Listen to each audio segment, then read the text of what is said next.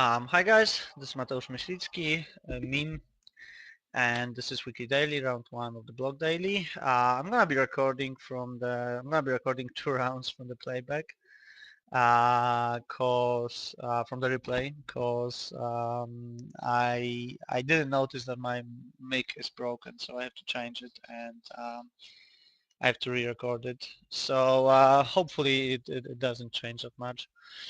Alright, so we're playing the Wescoe's green-white, but you probably already know that. We won the dice roll. Uh, okay, so for some reason...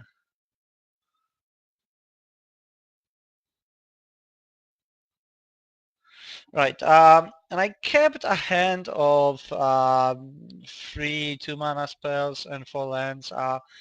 This is probably not the best possible hand in this deck. Like, you're not too happy to not have a 1-drop or like 4 lands, but I thought that this is good enough, so I kept it. Oh, I lost the die roll here?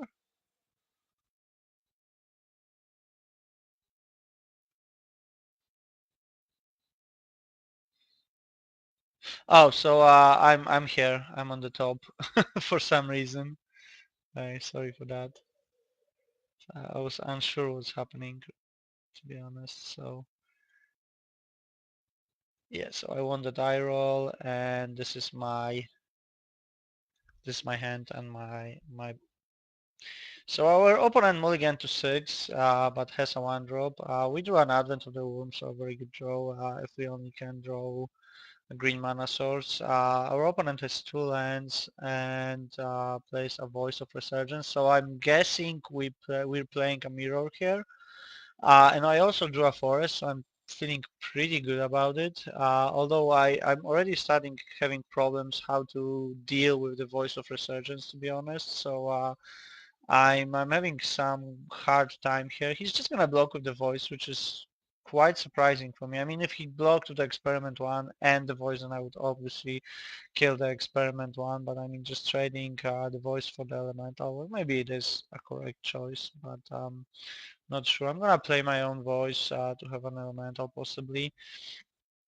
Opponent has a second voice, which is quite depressing, and he also doesn't play a land, but 2 is enough for him to play uh, in this deck, so he's in a very shape, especially against our hand that like is not presenting a lot of threat. We drew an experiment one, which is well decent, but not really fascinating. And we're gonna play it. Gonna play the Call of the Conclave. I want this to get as big as possible with the Advent of the Womb. That's why I played this first, not the Advent. I also can't play the Advent on his turn because he has Voice of Resurgence, so I can't really use the surprise factor of the voice. And he's still not drawing clans, but he's gonna have a ton of gas, and this is starting looking bad for me. He's also not attacking, so we're gonna have a stalemate here for quite a bit.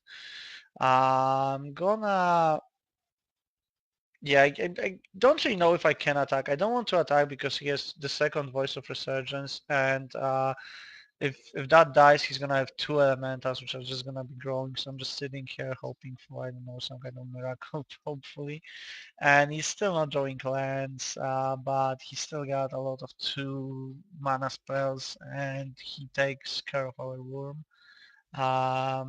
So we have 1 land in our hand. He has 4 spells in his hand. I'm drawing another land, so this is starting to look pretty bad for me.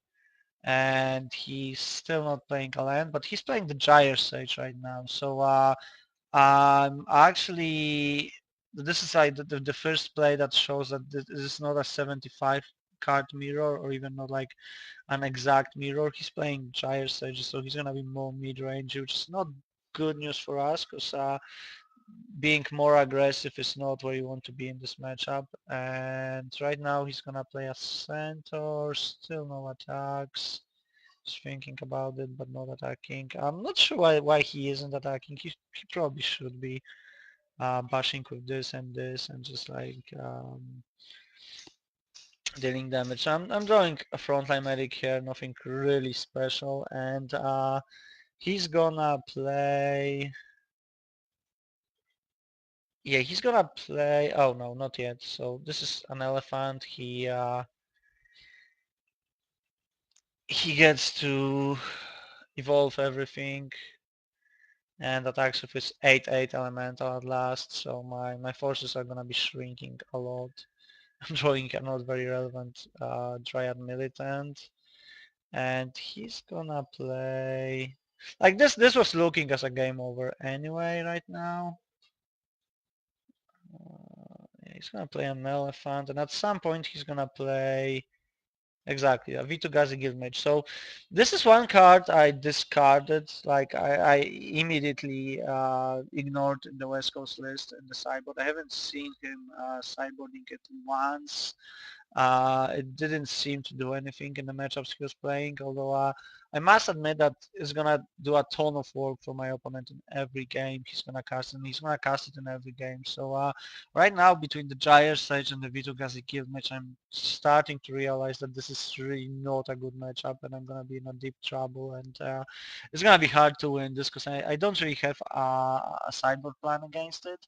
So yeah, so he plays a V2 Gazi Guild Mage. This is over, like you can see the board differences. I don't have a sweeper in my deck. I'm drawing another, yeah, I'm drawing a smite. I also drew 8 lands where he drew 3, so that also is gonna be deciding for the game. Yeah, so I'm gonna concede here at some point. I don't know when exactly, but yeah, I just conceded. I don't know why he wasn't attacking. He should be attacking. But I guess he just could afford to sit there, and like he was 1 mana of double populating his center, so that would be quite devastating. Okay, so yeah, I'm not very happy to play like a hated mirror deck against a hated mirror deck. So my sideboard plan was 2 frontline medics, 2 Trostanis, and Druid Deliverances, I think. I got rid of the Judge's Familiars, the Militants, which are like pretty useless because they're just gonna die from 3/3 very early. And I think I got rid of like 2 Rootborn Defenses. Yeah, I got rid of 2 Rootborn Defenses. So this is my sideboard plan for him. Um, I could side in the Unflinching Courage here, but I really didn't want to because I'm not feeling like I'm gonna be racing here, and this is making like nearly every of my creatures just vulnerable to Selesnya Charm, and I'm nearly sure he's playing 4 Selesnya Charms, and maybe some other removals. So this is my sideboard plan. I want to be attacking with the indestructibility, so that the medic is obviously in. The Trostani should like let me populate and go ahead on live, and the deliverance is in case he wants to do an alpha strike, and then I just play a deliverance, and I am winning. So game 2, can't remember, yeah. So again, really not a fascinating hand. Um, I kept it, but I had some doubts. On the other hand, I've got like all colors here already. I've got the bigger guys. I've got a trick, so I really didn't want to mulligan it for like a shaky 6, especially as I had like all of my colors. So he's got a very quick start, which is quite depressing. But we drew an advent, which is very good, and he's not gonna have anything huge really. So yeah, I've got the medic. So he's got like more experiment ones, and he's got the unflinching courage here. And I drew the Trostani, which is gonna be key for this game, basically. Trostani is insane in those matchups. So yeah, we get to 6 lands. But he's also getting more mana. Like at some point he will be able to populate twice. He is able to do. Nah, he will be able to do a token next turn. Yeah, he's not able. Yeah, he's able to do that token now because that has 2 counters on it. And then if he plays another land or like evolves this one more time, he's gonna be able to make 2 tokens. So this is getting quite scary, but on the other hand, I'm gonna be able to make Advent of the Womb token every turn and gain 5 life from it. So this is also quite important. So I'm attacking here. He's gonna make some blocks. I think I'm not playing the reboot defenses here yet. Yeah, so he regenerates his experiment one, gains some life here, but I'm also like getting some life. I decided to populate my guy straight away in case he's got like 2 Selesnya charms for the defense. Well, I guess if he had 2 Selesnya charms, I would be dead anyway. But I decided to populate it straight away. Yeah, we got the defenses. He's gonna have his own worm. So from this point on, I'm not I'm not exactly very happy with what's happening because I do have an undestructible attack and I'm making 1 wound token a turn, but he's making 2 wound tokens a turn. On the other hand, I'm getting a lot of life, so he can't really attack me back. So I'm thinking that I'm in a bit of trouble here. Not very happy with the situation. Yeah, this is my hand. This is the Call of the Conclave. I'm gonna play a Voice of Resurgence here. This is quite a good top deck, and I also that's what I want the medic in this matchup. Like the ability to just like bash in with the indestructibility is very important in my opinion. Even if you're both populating, you can just bash in, and he needs to block basically, and he's not gaining anything of it. So your army is getting bigger, and even though he's populating twice, he's actually behind. So yeah, I'm attacking. He's going down to 12 because he gets some life from the Unflinching Courage guy again. And now it's gonna be I'm still gaining life. So he actually conceded at this point. I was quite surprised, but on the other hand, if you think about it, yeah, sure, he can make 2 worm tokens a turn, but I'm just gonna attack with everything, and he needs to block the worm tokens eventually, and I'm gonna be gaining more and more and more life, and he can't really attack back. So I guess I wouldn't concede right now yet. Like I don't know if he's playing Trostani at all, but yeah, at first I was very surprised with his decision to concede here, but I guess it made sense. Okay, so this was game 2, and game 3 coming on. Yeah, so I'm on the draw again. I'm still on the top of the screen. Okay, so this wasn't in my hand, so I kept what I think is one of the best possible hands. I had 1 experiment one, a forest and plains, 2 Call of the Conclaves, a Selesnya charm. So I'm gonna get out of the gates very quickly. I'm gonna start attacking, and then I have a trick if something goes wrong. So I kept this hand very